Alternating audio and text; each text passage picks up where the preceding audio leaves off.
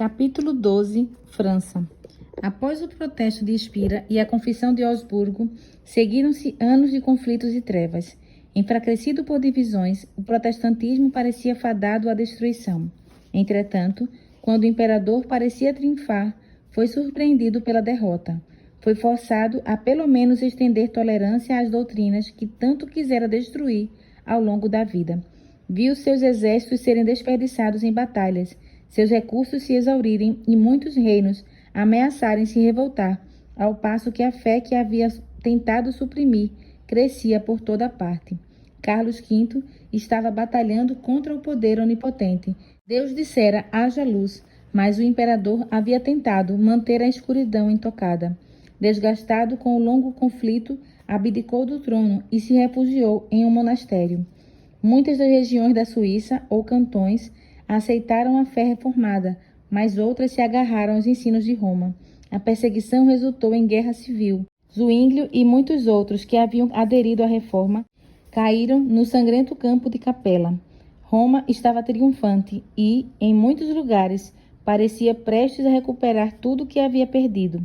Deus, porém, não havia abandonado sua causa, nem seu povo. Em outras terras, levantou obreiros para levar a reforma adiante. Na França, um dos primeiros a receber a luz foi Jacques Lefebvre, professor na Universidade de Paris. Ao pesquisar literatura antiga, sua atenção se voltou para a Bíblia e ele introduziu alguns alunos no estudo do livro sagrado. Lefebvre havia começado a preparar a história dos santos e mártires, de acordo com as lendas da Igreja, e já tinha feito progresso considerável quando, pensando que a Bíblia poderia ajudá-lo nesse projeto, começou a estudá-la. Ali realmente encontrou santos, mas não do tipo apresentado pelo calendário da Igreja Católica Romana. Desgostoso, deixou de lado a obra que ele mesmo havia se designado a fazer e passou a se dedicar ao estudo da Palavra de Deus. Em 1512, antes de Lutero ou Zwinglio haverem começado a obra de reforma, Lefebvre escreveu: é Deus quem dá, pela fé, a justiça que somente pela graça nos justifica para a vida eterna. E ao passo que ensinava que a glória da salvação pertence somente a Deus, também afirmava que o dever da obediência pertence ao ser humano.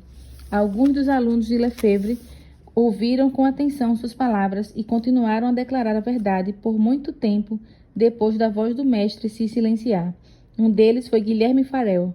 Filho de pais religiosos e um devoto seguidor de Roma, ele era zeloso em destruir todos aqueles que se opunham à verdade.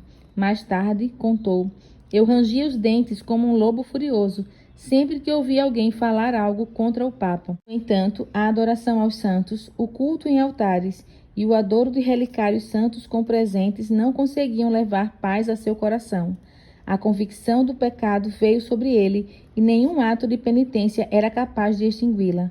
Ele ouviu as palavras de Lefebvre: a salvação é de graça.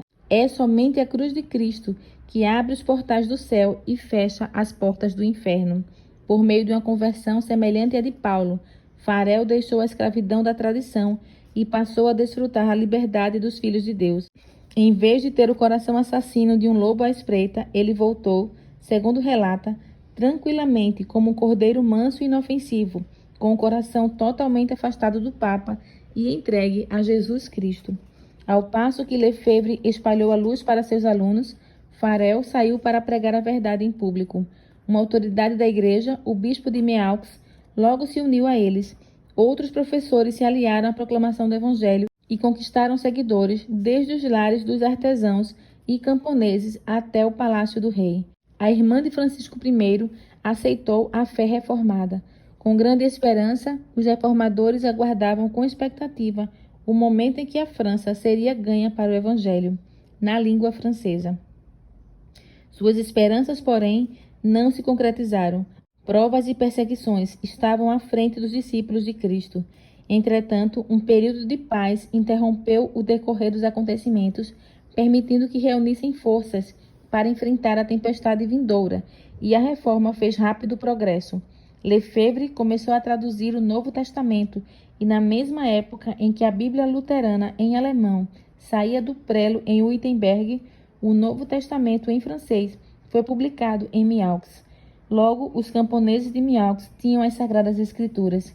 Os trabalhadores nos campos e os artesãos nas oficinas alegravam seus labores diários, conversando sobre as preciosas verdades da Bíblia.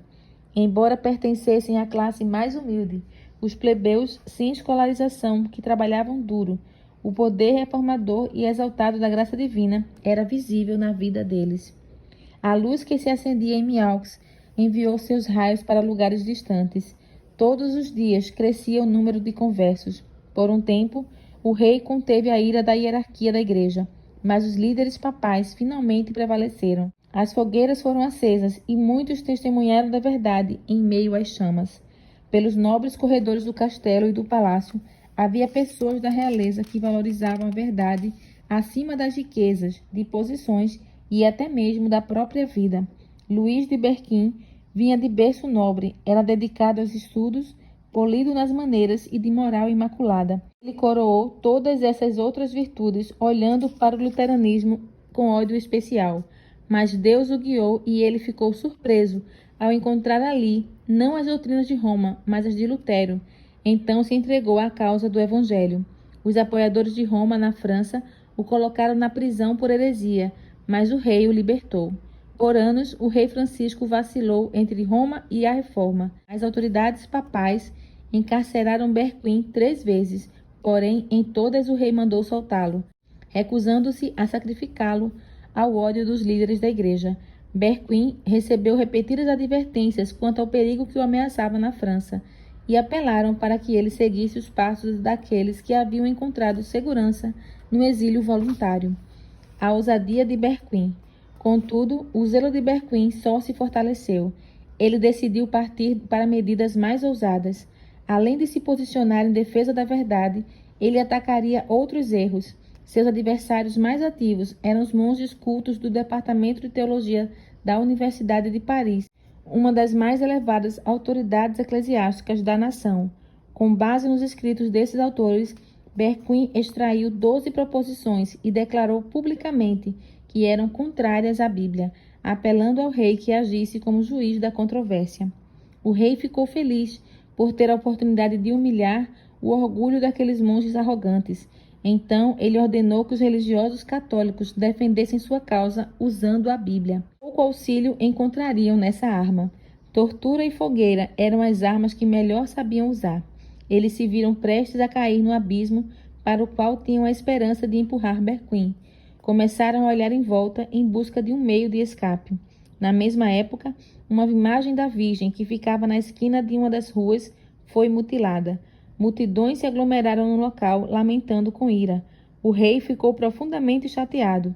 Isso é fruto das doutrinas de Berquim, proclamaram os monges.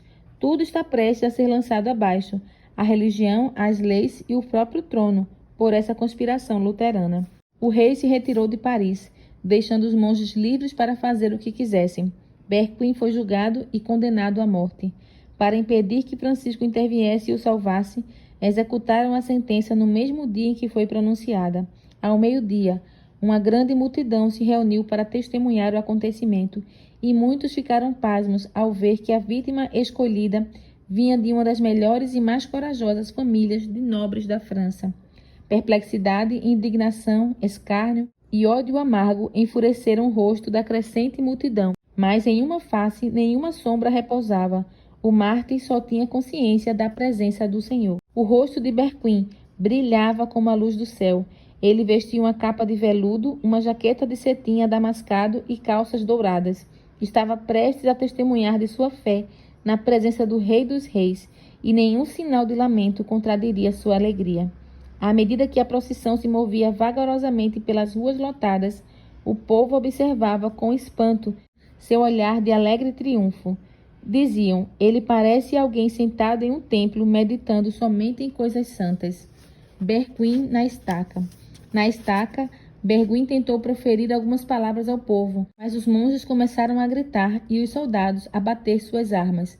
Assim, o barulho sufocou a voz do mártir. Dessa maneira, em 1529, a autoridade eclesiástica mais elevada da culta Paris deu ao populacho da França revolucionária de 1793 o exemplo abominável de reprimir no cadafalso as palavras sagradas dos que estão à beira da morte.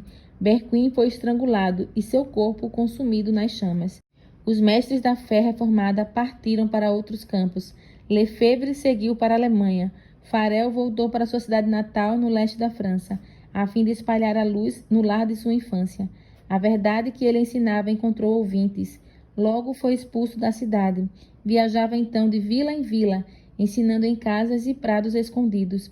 Encontrava abrigo nas florestas e em meio às cavernas rochosas que conhecera quando menino. Assim como nos dias dos apóstolos, a perseguição tinha servido para o progresso do Evangelho. Filipenses 1:12. Afastados de Paris e de Meaux, os que haviam sido dispersos pregavam a palavra por onde quer que fossem. Atos 8:4. Dessa maneira, a luz encontrou caminho em muitas províncias remotas da França. Um grande homem. Em uma das escolas de Paris, havia um jovem calado e pensativo, conhecido por sua vida irrepreensível, seu vigor intelectual e sua devoção religiosa.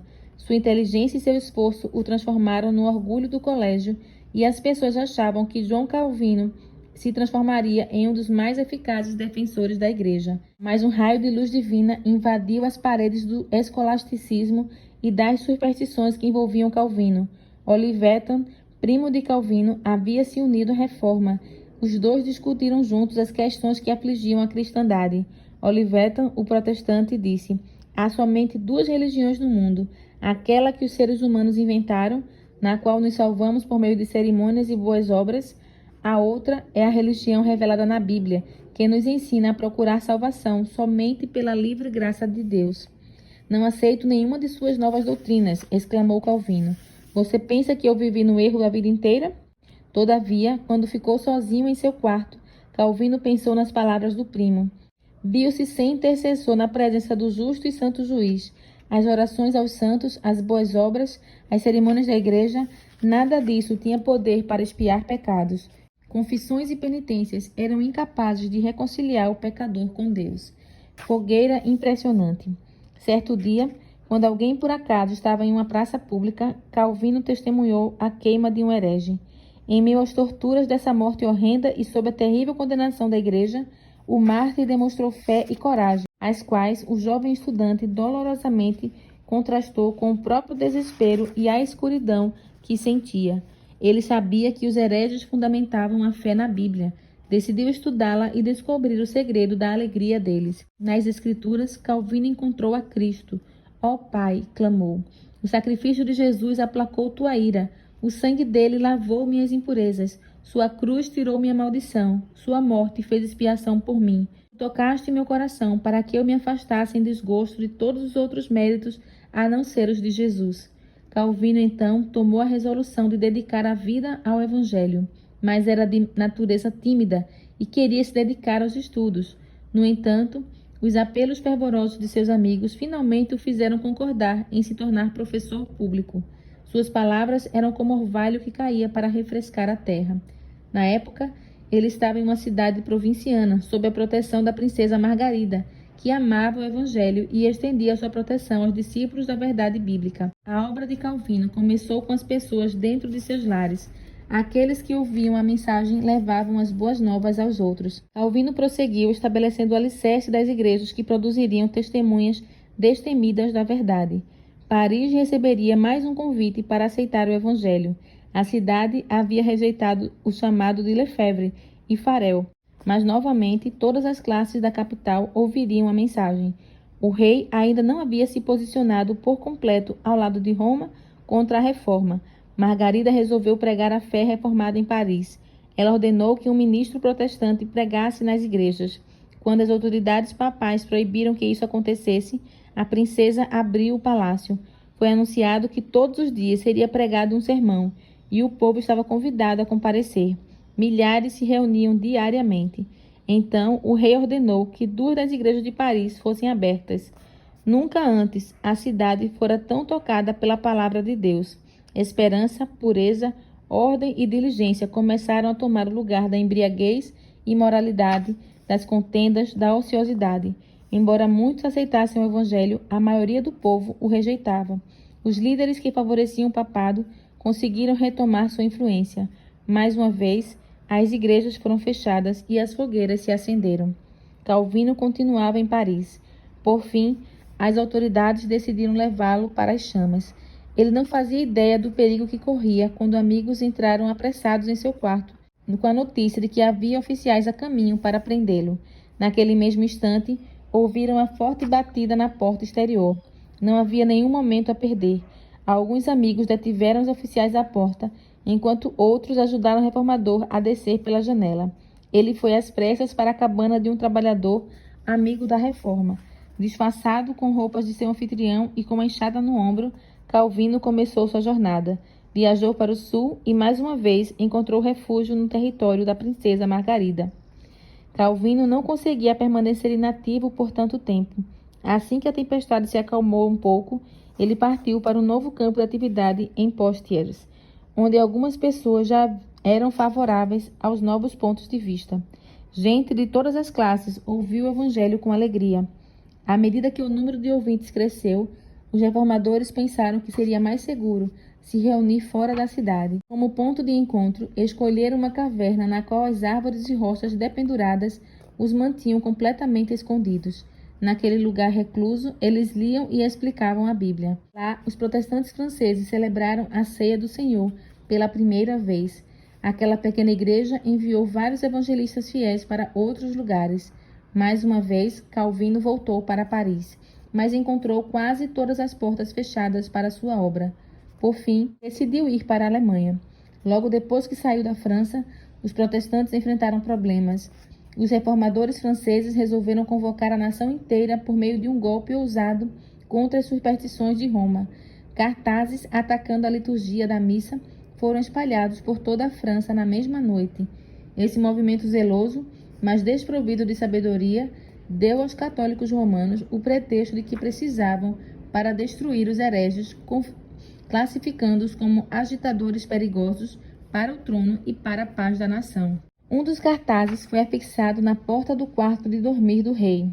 A ousadia sem precedentes de infiltrar essas mensagens chocantes na presença real deixou o monarca furioso.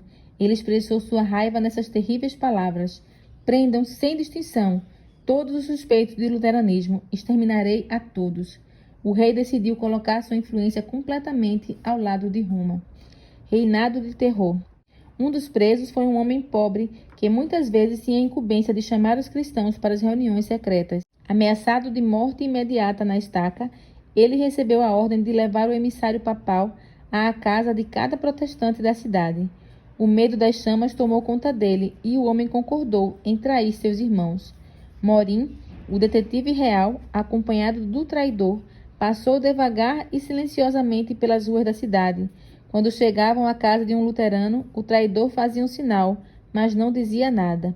A procissão parava, soldados entravam na casa, arrastavam a família para fora, acorrentavam seus membros e o terrível séquito prosseguia em busca de novas vítimas. Morin fez a cidade inteira tremer. Foi um reinado de terror. As vítimas foram colocadas para morrer sob cruel tortura, com a ordem de abaixar o fogo a fim de prolongar a agonia. Mas morreram como vencedoras, com compromisso inabalado e a paz desanuviada. Os perseguidores sentiram-se derrotados. Toda a cidade de Paris pôde ver o tipo de gente que as novas opiniões produziam. Não há púlpito como a pira de um Marte. A alegria serena que iluminava a face daqueles cristãos enquanto prosseguiam para o local da execução fez um apelo de eloquência irresistível em prol do Evangelho. Os protestantes foram acusados de tramar o massacre aos católicos, na derrubada do governo e do assassinato do rei. Acusadores não eram capazes de apresentar nem um pingo de evidência para apoiar suas alegações. Enquanto isso, as crueldades feitas aos inocentes protestantes se acumulavam com imenso peso de castigo devido e, em séculos posteriores, acarretou exatamente a queda que os acusadores haviam predito para o rei, seu governo e seus súditos. Na verdade, quem fez isso foram infiéis e os próprios defensores do Papa. A repressão do protestantismo traria esses desastres terríveis à França. Suspeita, desconfiança e terror se espalharam para todas as classes da sociedade.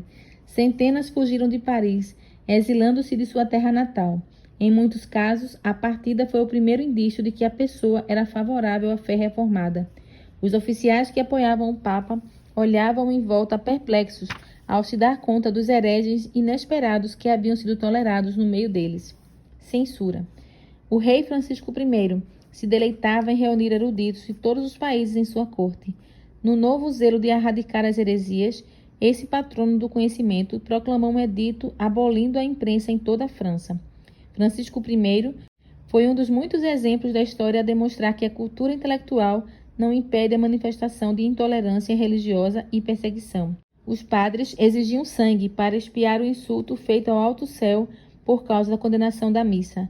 O dia 21 de janeiro de 1535 foi escolhido para a terrível cerimônia. Na frente de todas as portas havia uma tocha acesa em honra ao Santo Sacramento. Antes do dia raiar, a procissão se formou no Palácio do Rei. O bispo de Paris levava a hóstia debaixo de um magnífico dossel carregado por 4 príncipes da realeza. Após o anfitrião ia o rei. Naquele dia, Francisco I não usou coroa nem veste real. Diante de cada altar, ele se prostrava em humilhação, não pelos vícios que contaminavam sua alma, nem pelo sangue inocente que manchava suas mãos, mas pelo pecado mortal de seus súditos que haviam ousado condenar a liturgia da missa. O rei apareceu no grande saguão do palácio do bispo. Em palavras de tocante eloquência, lamentou o crime, a blasfêmia, o dia de tristeza e desgraça que tinham sobrevindo à nação. Então conclamou todos os súditos leais a ajudarem a erradicar a heresia mortal que ameaçava a França de ruína. Lágrimas embargaram sua voz e toda a assembleia chorou, exclamando em conjunto: viveremos e morreremos pela religião católica. A graça que traz salvação aparecera, mas a França, iluminada por seu brilho, lhe deu as costas, escolhendo as trevas em lugar da luz. Chamaram o mal de bem e o bem de mal, e até caíram vítimas do próprio engano. Rejeitaram deliberadamente a luz que poderia salvá-los do engano e de manchar o coração com a culpa por sangue inocente. Mais uma vez, a procissão se formou. A curta distância uns dos outros foram construídos cadafalsos nos quais determinados cristãos protestantes seriam queimados vivos. Tudo foi organizado para que o fogo fosse aceso no momento em que o rei se aproximasse e a procissão parasse, a fim de testemunhar a execução. Não havia hesitação por parte das vítimas. Quando pediram a um que se retratasse, ele respondeu: só creio naquilo que os profetas e apóstolos pregaram muito tempo atrás e no que todos os santos acreditaram. Minha fé tem uma confiança em Deus capaz de resistir a todos os poderes do inferno. Quando chegaram ao palácio, a multidão se dispersou. O rei e os oficiais da igreja se retiraram, parabenizando-se porque a obra continuaria até a heresia ser destruída por completo. O evangelho da paz que a França rejeitou realmente seria extirpado, mas as consequências seriam terríveis. Em 21 de janeiro de 1793, outra procissão passou pelas ruas de Paris. Mais uma vez, o rei era a figura principal. Mais uma vez, houve alvoroço e gritaria. Mais uma vez, o clamor por mais vítimas foi ouvido. Mais uma vez, houve cadafalsos negros. Mais uma vez, as cenas do dia terminaram com execuções horrendas. Luís XVI, lutando contra seus carcereiros e capatazes, foi arrastado até o bloco e segurado à força, até o machado cair e sua cabeça cortada rolar pelo cadafalso. Quase no mesmo lugar, 2.800 seres humanos morreram guilhotinados. A reforma havia apresentado ao mundo a Bíblia aberta. O amor infinito revelara à humanidade os princípios do céu. Quando a França rejeitou o dom do céu, plantou as sementes da ruína. A operação inevitável de causa e consequência resultaram na Revolução Francesa e no reinado do terror. O ousado e zeloso Farel tinha sido forçado a fugir de sua terra natal para a Suíça. Todavia, continuou a exercer forte influência sobre a reforma na França. Com o auxílio de outros exilados, Farel traduziu os escritos dos reformadores alemães para o francês, e assim como a Bíblia, esses documentos eram impressos em grande quantidade. Vendedores itinerantes de livros vendiam as obras por toda a França. Farel começou sua obra na Suíça, exercendo o papel humilde de professor, introduzindo cuidadosamente as verdades da Bíblia. Alguns acreditavam em seus ensinos, mas os padres se levantaram para deter a obra e incitaram pessoas supersticiosas para se opor a ela. Esse não pode ser o Evangelho de Cristo, afirmavam os sacerdotes, pois sua pregação não traz paz, mas guerra. Farel prosseguia de vila em vila, suportando fome, frio e fadiga, arriscando a própria vida em todos os lugares. Ele pregava no mercado, nas igrejas e às vezes nos púlpitos das catedrais. Mais de uma vez foi espancado até quase morrer. Mesmo assim, continuava trabalhando. Uma após a outra, viu cidades e vilas que antes eram fortalecidas do catolicismo abrir as portas do evangelho. Farel tinha o desejo de fincar o estandarte protestante em Genebra. Se essa cidade fosse conquistada, poderia se tornar o centro da reforma da França, Suíça e Itália. Muitas das cidades e dos vilarejos vizinhos já haviam se tornado protestantes. Com apenas um companheiro, entrou em Genebra, mas só recebeu permissão para pregar 2 sermões. Os padres o chamaram a comparecer diante de um concílio da igreja e foram com armas escondidas debaixo da roupa, determinados a lhe tirar a vida. Reuniram uma turba furiosa para garantir sua morte caso conseguisse escapar do concílio. No entanto, a presença de magistrados e de uma força armada o salvou. No início da manhã seguinte, ele foi levado para o outro lado do lago, até um lugar seguro. Assim terminou seu primeiro esforço de evangelizar Genebra. A tentativa seguinte envolveu um instrumento mais humilde, um jovem de aparência tão simples que até os professos amigos da reforma tratavam com frieza. O que alguém assim poderia fazer onde Farel tinha sido rejeitado? Deus escolheu o que para o mundo é fraqueza para envergonhar o que é forte. 1 Coríntios 1, 27. O professor. Fromente começou sua obra como professor. As verdades que ensinava às crianças na escola eram repetidas por elas em casa. Logo, os pais apareceram para ouvir o que a Bíblia explicava. Novos testamentos e folhetos eram distribuídos de graça. Depois de um tempo, Fromente também teve de fugir, mas as verdades que havia ensinado foram internalizadas na mente das pessoas. A reforma estava então plantada. Os pregadores retornaram e, finalmente, a adoração protestante foi estabelecida em Genebra. A cidade já havia se declarado favorável à reforma quando Calvino entrou por suas portas. Ele estava a caminho de Basileia, mas foi forçado a fazer um desvio, passando por Genebra. Farel reconheceu a mão de Deus naquela visita. Embora Genebra tivesse aceitado a fé reformada, a obra de regeneração precisava ser realizada pelo poder do Espírito Santo, não por decretos de concílios. Embora o povo de Genebra tivesse derrubado a autoridade de Roma, não estava tão pronto para renunciar aos vícios que havia fincado profundas raízes durante o domínio católico. Em nome de Deus, Farel apelou solenemente ao jovem evangelista que permanecesse e trabalhasse ali. Calvino recuou alarmado.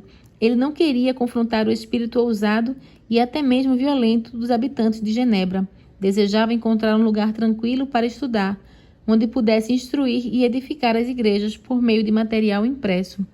Mas não ousou recuar. Parecia-lhe que a mão de Deus estava estendida do céu para tomar posse dele e o segurar para sempre no lugar de onde estava tão impaciente para sair. A trovoada da condenação.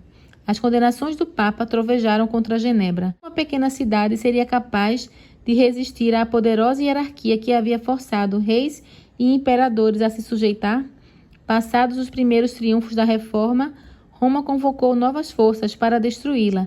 Criou a Ordem dos Jesuítas, o mais cruel, inescrupuloso e poderoso de todos os defensores do sistema papal. Amortecidos para as súplicas da afeição natural e com a consciência completamente silenciada, seus membros não reconheciam nenhum governo, nenhum laço, a não ser os da própria ordem.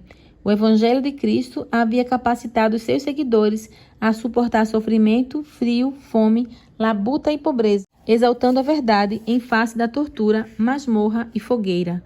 O jesuitismo inspirou seus seguidores com um fanatismo que lhes permitiu suportar perigos semelhantes e reunir todas as armas do engano contra o poder da verdade. Não havia crime grande demais a se cometer, nem engano vil demais para praticar, ou disfarce vil demais para assumir. Seu objetivo calculado era derrubar o protestantismo e restabelecer a supremacia papal. Revestiam-se de uma aparência de santidade, visitando prisões e hospitais, cuidando dos doentes e pobres, levando sobre si o nome santo de Jesus, que andou fazendo bem.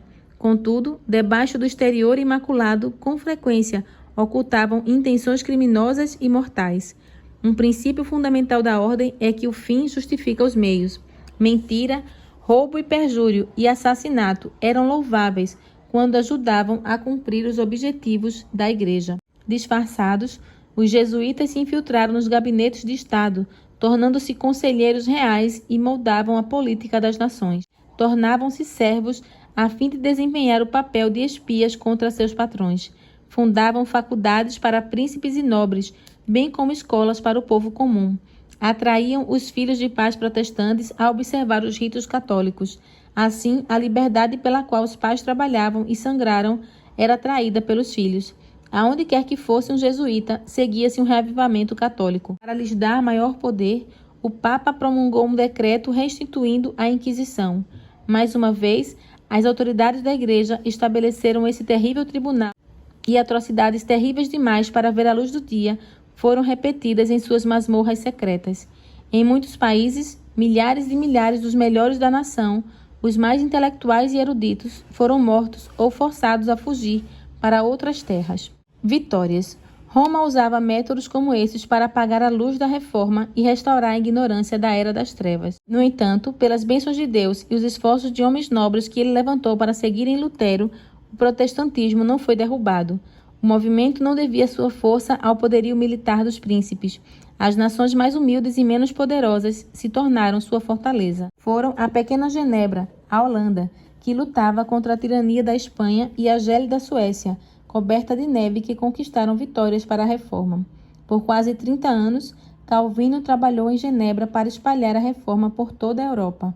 Seu comportamento não era irrepreensível, nem suas doutrinas desprovidas de erro, mas ele foi essencial na proclamação de verdades de importância especial, em manter a força do protestantismo contra a rápida maré de retorno do papado e na promoção da simplicidade e pureza de vida nas igrejas reformadas. Publicações e professores saíram de Genebra para espalhar as doutrinas reformadas. Os perseguidos de todas as terras buscavam em Genebra instrução e ânimo. A cidade de Calvino se tornou um refúgio para os reformadores caçados de toda a Europa Ocidental. Genebra os recebia de braços abertos e, quando encontravam um lar ali, abençoavam a cidade adotada com suas habilidades, sua erudição e sua fé profunda. John Knox, o corajoso reformador escocês, muitos dos puritanos ingleses, protestantes da Holanda e da Espanha e os huguenotes da França, todos eles carregaram a tocha de Genebra para iluminar a escuridão de sua terra natal.